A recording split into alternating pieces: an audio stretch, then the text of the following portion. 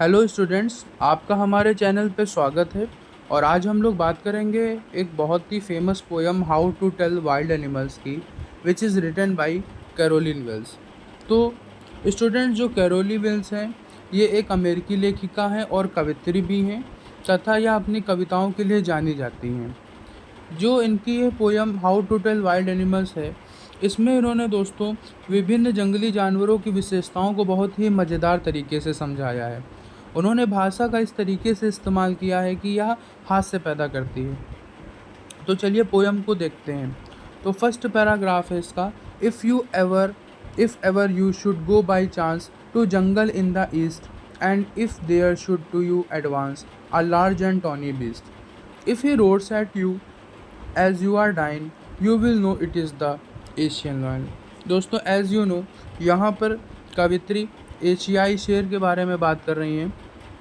और संयोग से अगर आपको कभी पूर्व के जंगलों में जाना हो और यहाँ पर एक लंबा तथा भूरे पीले रंग का जानवर आपकी ओर बढ़े, वह आप पर इस प्रकार दहाड़े कि आप मरने वाले हों, तो आप जान जाइएगा वो कोई और नहीं, वो एक एशियाई शेर है।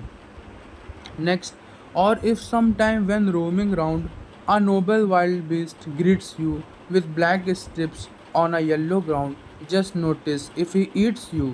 This simple rule may help you learn the Bengal tiger to listen. तो दोस्तों, यहाँ पर कवित्री किसकी बात कर रही है? बंगाल टाइगर की। बंगाल के बाघ के विषय में बात की जा रही है कि यदि किसी समय भटकते हुए व्यक्ति का सामना एक शाही जंगली जानवर से हो जाए जिसके पीले शरीर पर काली धारियाँ हों, तो केवल ये ध्यान रखिए कि कहीं वह आपको खा ना जाए। उसका भयावह होना यह सरल नियम है जो आपको यह जानने में मदद करेगा कि वह बंगाल का बाघ है।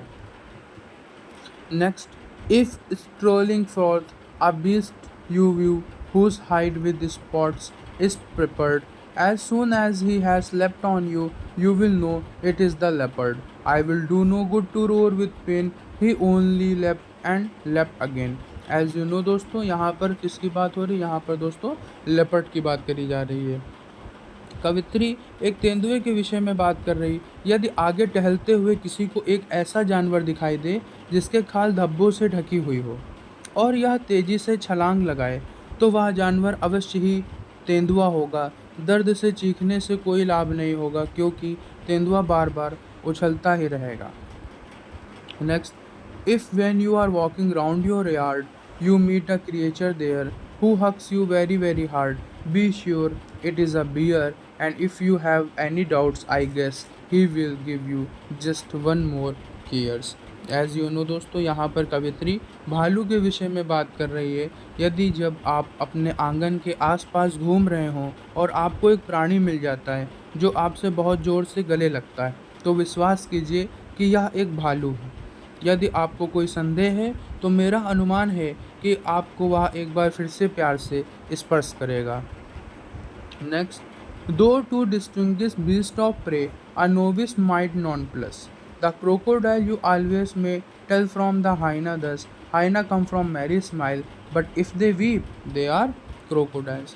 दोस्तों, यहाँ पर कवित्री क्रोकोडाइल और हैना के बीच में डिफरेंस को बता रही हैं।